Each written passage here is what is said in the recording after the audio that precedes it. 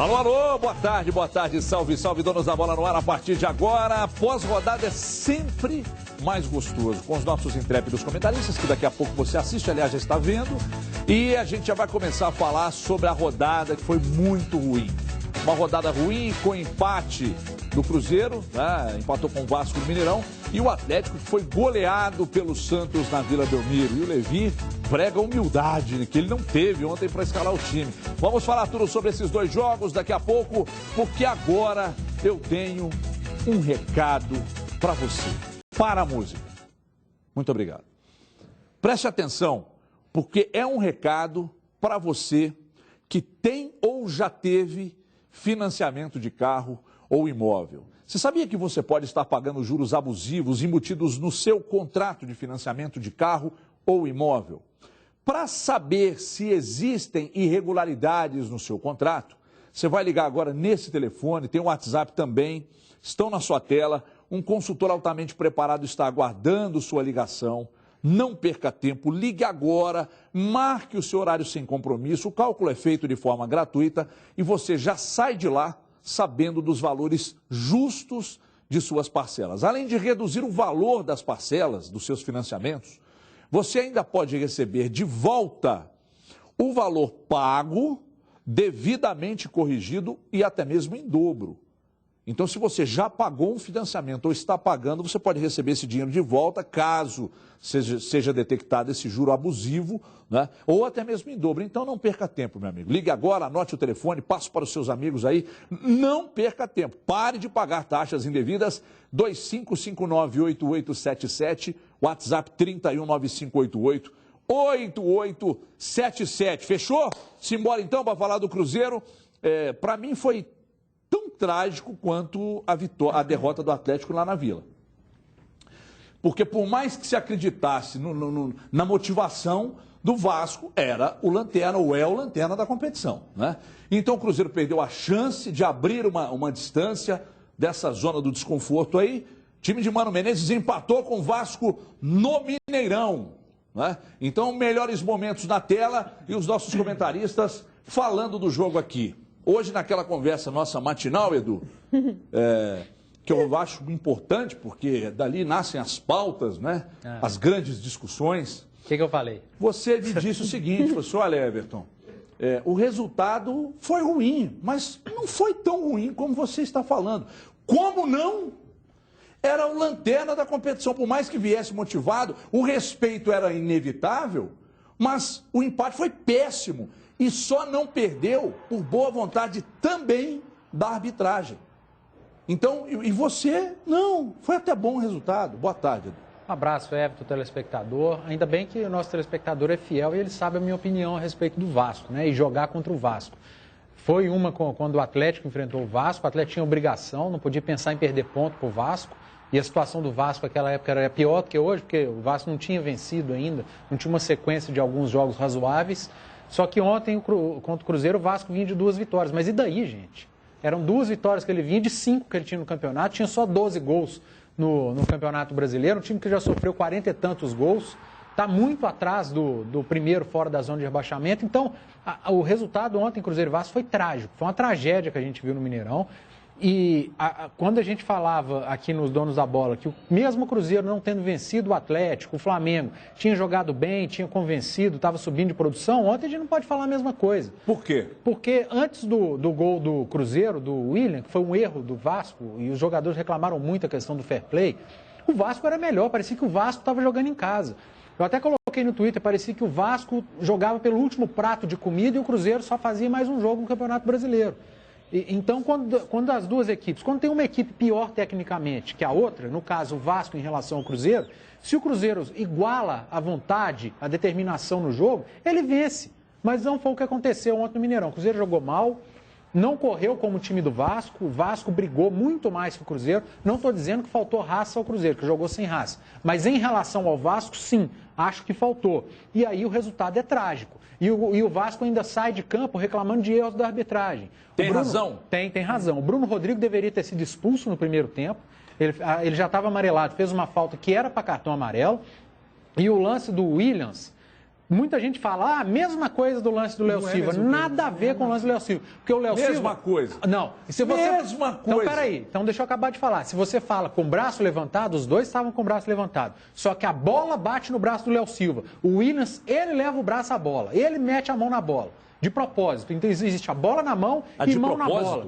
Ele subiu e falou, vou fazer o pênalti Ele não ia alcançar, ele meteu a mão na bola. Foi o que aconteceu, na minha modesta opinião. Então, sai o Vasco reclamando de arbitragem, assim como o Cruzeiro saiu reclamando. Não sei se o Sérgio Rodrigues vai à CBF falar, olha, nós também fomos beneficiados pela arbitragem. Está acontecendo o que eu falei ontem aqui no programa. O Cruzeiro foi prejudicado contra o Atlético, foi beneficiado ontem. Todos os outros 19 times do campeonato, os outros 18 times... Foi prejudicado, não? Não, estou dizendo pelo que o Cruzeiro pensou. Foi prejudicado. Aliás, aquele pênalti do William, eu teria marcado, apesar de depois no replay achar que não foi. Na hora, acho que foi.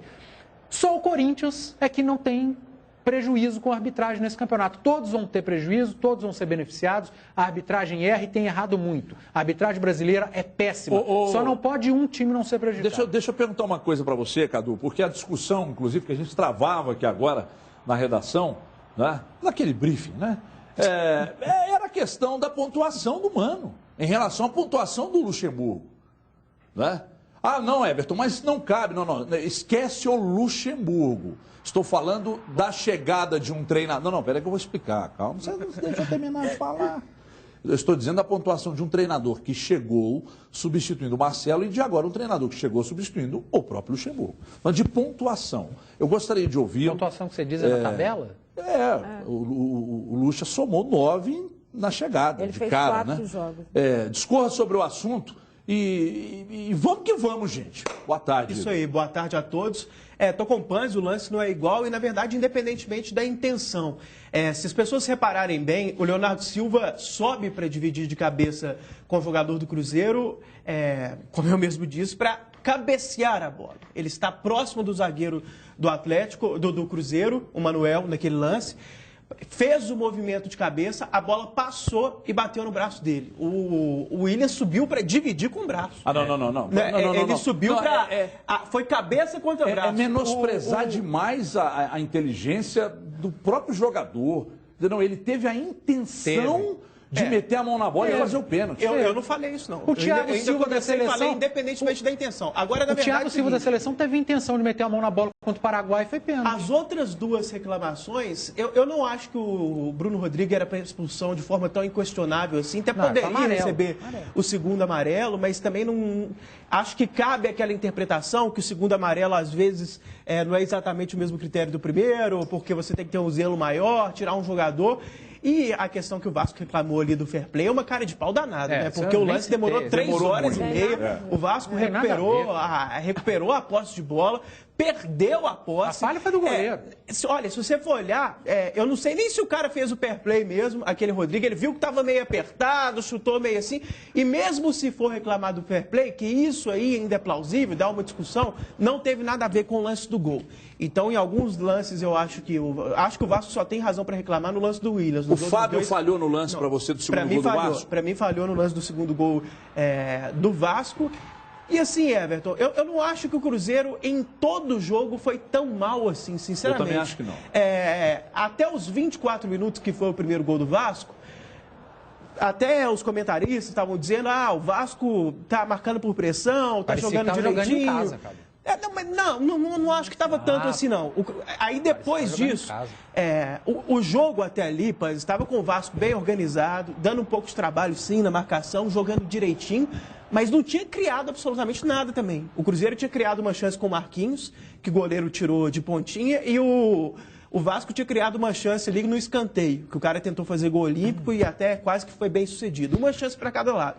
O Vasco estava um pouco melhor em termos de organização, mas nada suficientemente grandioso para você dizer, o Cruzeiro está indo muito mal e o Vasco está indo muito bem. Aí o Vasco fez o gol. Depois daí, o Cruzeiro empatou logo depois e foi melhor no restante do primeiro tempo. Teve várias chances ali, então eu acho que no primeiro tempo, no todo, o Cruzeiro foi um pouco melhor do que o Vasco. No segundo tempo, o jogo ficou ali meio estranho, o Cruzeiro acabou levando o gol. Eu acho que o principal defeito foi o seguinte, no segundo tempo, faltou o Cruzeiro agredir mais o Vasco. atacar mais, jogar de um jeito mais natural. Não é que ficou na defesa, não é que ficou na retranca, mas ficou meio menos incisivo do que deveria. Ganhando de 2-1 do Vasco, jogando dentro de casa, você tem que tentar fazer o terceiro. O inimigo tá morrendo na sombra, pega ele e empurra pro sol. Deixa eu te perguntar, Dimara. Jogar mais solto, atacar um pouco mais, tentar trocar passes mais no ataque, não tanto na defesa. Tentar ser mais incisivo, mais agudo, mais objetivo. Acho que o defeito foi esse. Mas olha só, acho que o Cruzeiro deu um pouco de azar também, viu? Dimara, o azar e a sorte acompanham, né? O trabalho. O trabalho de todo mundo. Dimara, a arbitragem, se você entende que o Mano errou em alguma coisa, desde a escalação até as alterações, e finalmente a arbitragem, por gentileza. Não acho não. Acho que, e concordo com o Cadu, eu gostei, achei que Vocês estão todo mundo concordando Não, com todo mundo. Com o Cadu, Panzi, não acha. Mas eu acho que foi pênalti do Williams e acho também, e eu até comentei com o Panzi quando eu estava chegando, a gente estava falando sobre essa questão do Cruzeiro, que ele faltou foi ser objetivo mesmo. Ele ficava tocando sem, né? Ele até criou, teve esse histórico. E, claro, é segurar o resultado. É isso que a gente não sentiu também do Cruzeiro. É você saber que você está chegando no minuto final, que as coisas não podem acontecer daquela forma, que você não pode dar liberdade desse jeito, que você tem que manter a marcação, ter uma concentração mais específica. Mas entendo os problemas que o Cruzeiro ainda tem, porque, querendo ou não, é só o quarto jogo do Mano. Ele está tentando dar uma forma tática a essa equipe, uma forma de jogar, um jeito de jogar. Só que não dá para aceitar empatar com o time dentro do Mineirão que tem a campanha que o Vasco tem. Isso a gente falou aqui ontem. Por mais que ele tenha vindo de 2 vitórias, por mais que seja nesses jogos ele tenha encontrado algum tipo de caminho, não dá para entender que o Cruzeiro, que numa briga lá embaixo, quando tecnicamente ele tem um time muito melhor, ele aceite essa situação. É claro que você tira a situação, você tira alguns pontos, alguns jogadores que continuam fazendo a diferença. E nesse tipo de trabalho, eu gosto do Mano porque taticamente ele impõe algumas situações de jogo. O próprio Ariel foi muito bem na partida. Tá bem. Ele, naquela história dele trabalhar pro coletivo, isso é uma visão do Mano. Foi o Mano que teve essa visão para colocar o jogador, para dar essa sequência. Porque se fosse ver o que ele jogou na entrada dele, na estreia dele no Cruzeiro, nunca mais ele entrava em campo. Deixa eu chamar o Mano falar individual, eu já cansei de pedir ele aqui no time do Cruzeiro, eu não peço mais. O Arrascaeta. O Arrascaeta tá fazendo raiva. Aqui, ó. Ele entra em campo e tá olhando. Eu não achei, não. Tá fazendo raiva. Eu não achei, não. Você discorda? Não só não acho que ele entrou mal, como acho que, assim... E não é de hoje. Você julgar o cara que entra 2, 3 vezes... no decorrer do jogo, com 20 e tantos. Ele entra sem espírito, não briga. Eu não achei, não. É minha opinião. Então, o Edu questiona a atuação do Arrascaeta, o ídolo acha que... Não desse jogo, de vários jogos. De vários. O ídolo acha que não. Que discorda e nós vamos voltar nessa discussão. Mas antes eu preciso ouvir o Mano Menezes. Na tela aí.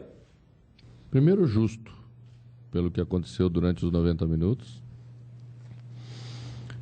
Nós não iniciamos jogando bem. O Vasco, com uma formação, começou a ganhar a bola de meio. A gente não conseguia encaixar. Depois melhoramos. Terminamos o primeiro tempo jogando bem melhor e por isso conseguimos virar o jogo. Mas no segundo tempo voltamos a sofrer. Acho que pagamos um pouco do preço de ter jogado muito tempo no Clássico com 10 homens, né? Vários jogadores nossos, você sentia que faltava aquele ímpeto, aquela força necessária para competir mais forte. Olha, eu discordo do Mano em um aspecto. Que o jogo de ontem teve alguma relação pelo cansaço do Clássico, o fato do Cruzeiro ter jogado com 10 boa parte do Clássico. Isso eu discordo. Porque se ganha, não se destaca esse tipo de situação. Então, quando perde, nesse aspecto, eu discordo do Mano. Discordar não é isso, não. Não. Estou falando de tudo que ele disse ali, quando ele disse que pagou também. O impedimento também aconteceu. Porque... Não. É que quando o time ganha, a gente ganhou, mas a gente poderia ter ganhado cansado e nem entrar no assunto. Mas você não acha bem, mas eu estou dizendo o seguinte, se você não usa esse tipo de argumento quando você ganha, quando você perde também, você jogar a responsabilidade do cansaço por uma derrota ou um empate com sabor de derrota, você não acha que o Cruzeiro chegou mais inteiro no final que o Vasco, não? Claro que eu acho. Ele deu até um sufoco no Vasco. Então, e principalmente por isso eu discordo. Eu também discordo.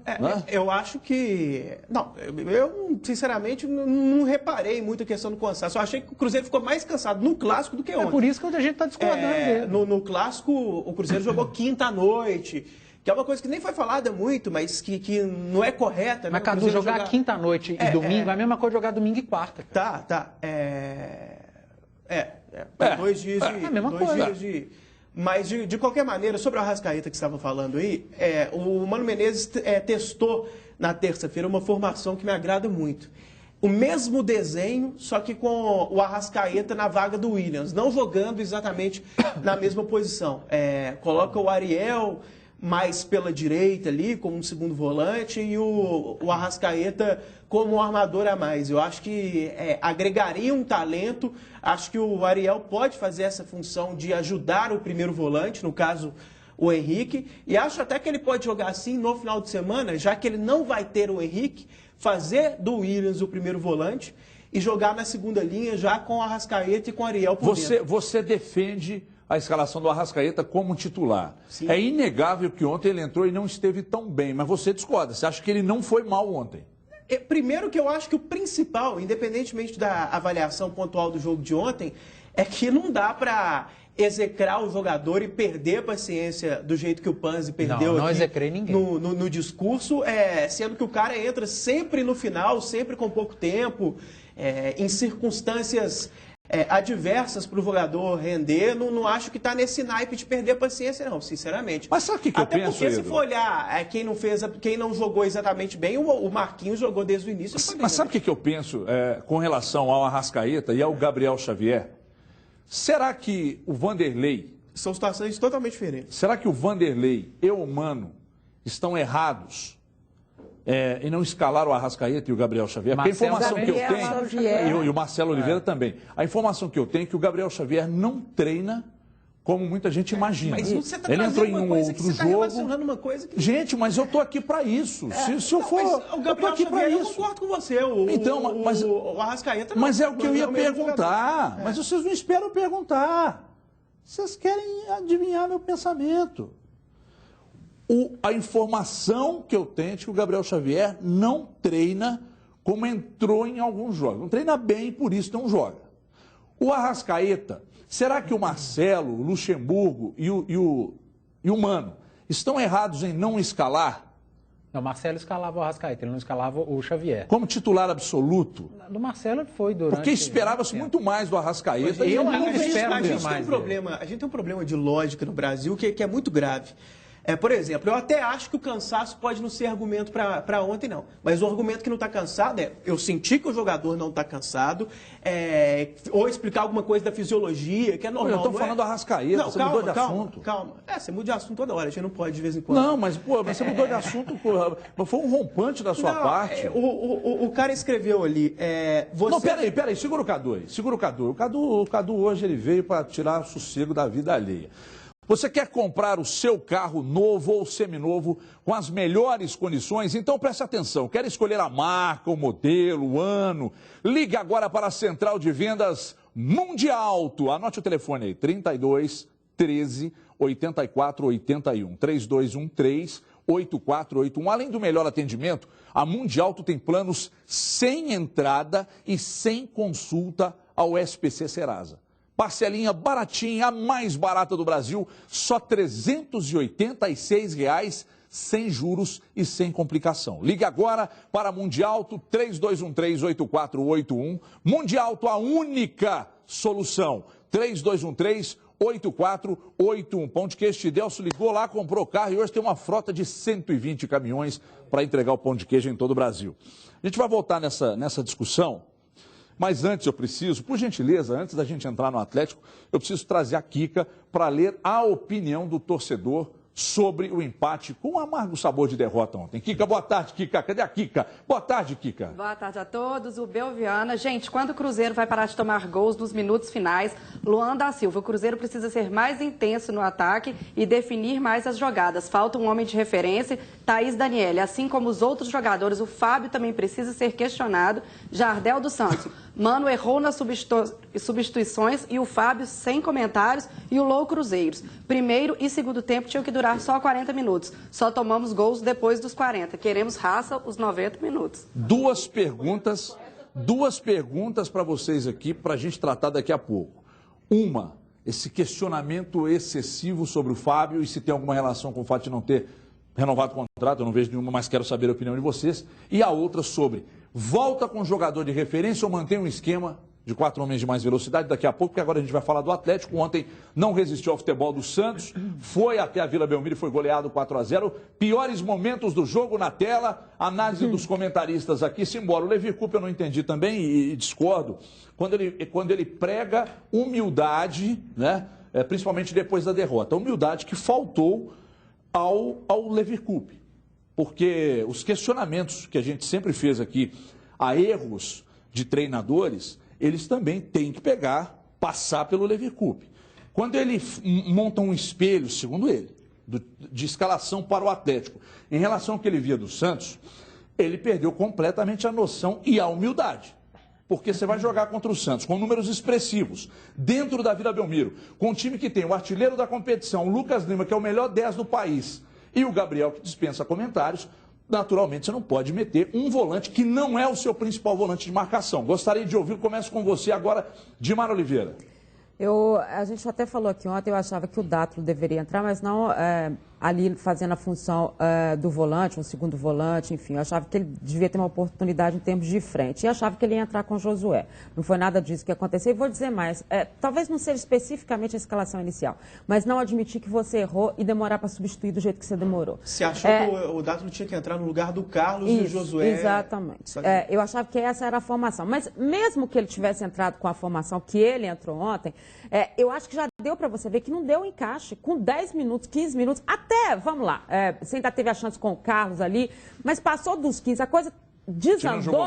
Gente, substitui. Por que demorou tanto? Por que deixou a defesa tão exposta? Por que o ataque não funcionou da forma como estava funcionando? Enfim, e a própria intensidade do Atlético. Você estava vendo que eles não estavam rendendo. Você estava vendo que aquele time não estava acontecendo. Então, substitui. Isso é uma situação que a gente vem cobrando do Levir aqui muito. Por que tem que esperar vir? Aí eu falei, bom, vai substituir no intervalo. Não aconteceu no intervalo também. Por que não entrou de imediato com o Thiago Ribeiro? Por que não trouxe o Josué para tentar segurar uma situação e fazer alguma coisa em termos de Vila Belmiro? E outra coisa, eu não entendi nada do Luan.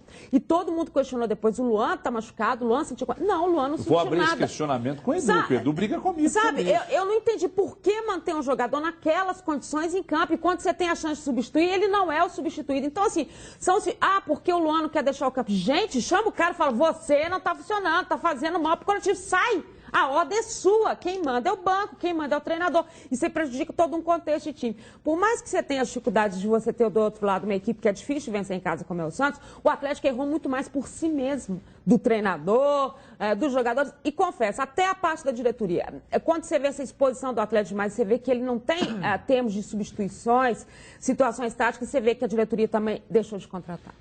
Eu acho que é um conjunto de erros que a gente vai tratar ao longo do programa, mas eu queria só perguntar a você, ídolo, por que a marcação do Atlético é tão frouxa?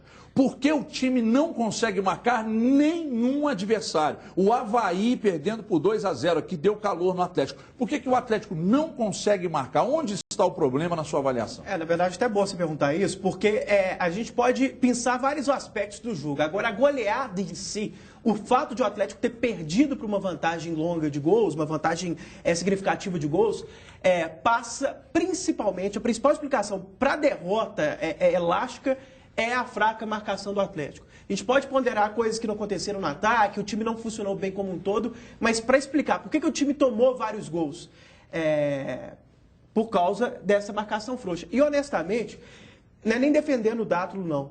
Mas eu acho que o problema não é o jogador. Eu também acho. O time que está mal organizado, o time que está exposto. Eu até acho que o Dátulo foi mal no sentido de entregar mais um gol para o adversário, de errar mais um passe decisivo na questão técnica, mas não é porque um jogador teoricamente mais ofensivo estava por ali. O Atlético, com o Leandro Donizete, inclusive, em boa parte dos jogos, esteve tão exposto quanto.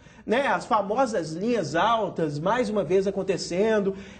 Dessa vez o Atlético jogou com linhas avançadas, dando ali a possibilidade de uma enfiada de bola para o principal 10 do campeonato, que não estava marcado. Então, quer dizer, é um erro assim grotesco para a gente analisar, porque você deixa o Lucas Lima sozinho e ainda cria uma defesa propícia para ele dar o passe em velocidade para o companheiro. Um erro crasso, na verdade, para falar que quem observou o Santos parece não ter observado de forma correta ou não conseguiu aplicar o que pensou. A gente lembrar, Everton, do clássico, o Atlético ficou com um jogador a mais e logo depois foi aquele lance do Alisson. O Atlético, com um jogador a mais do que o Cruzeiro, não consegue quase tomou um gol, não tinha ninguém na defesa para marcar o Alisson. O Alisson puxou o contra-ataque sozinho, o Cruzeiro não fez o gol porque o Alisson errou, porque não tocou para o William, depois puxou para a perna esquerda, se atrapalhou todo. E um pouco depois, o Cruzeiro teve mais alguns contra-golpes. Por que eu estou usando esse jogo de referência? Porque o Atlético estava com um a mais ali, não estava com esse esquema de um volante, só que alguns acham.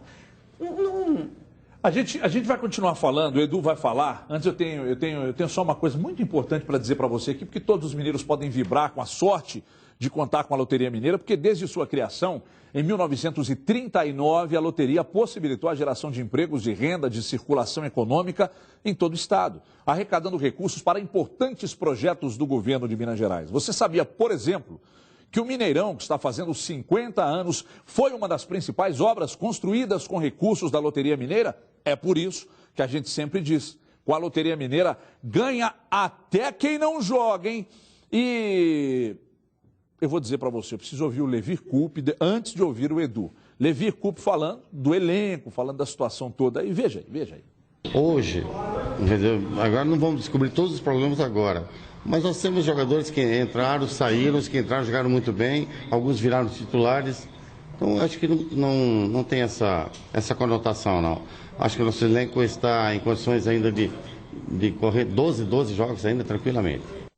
Quando há erros no planejamento provenientes do trabalho da direção e entrando para dentro de campo, a gente começa a realmente não apontar o dedo só para um ou para outro, né?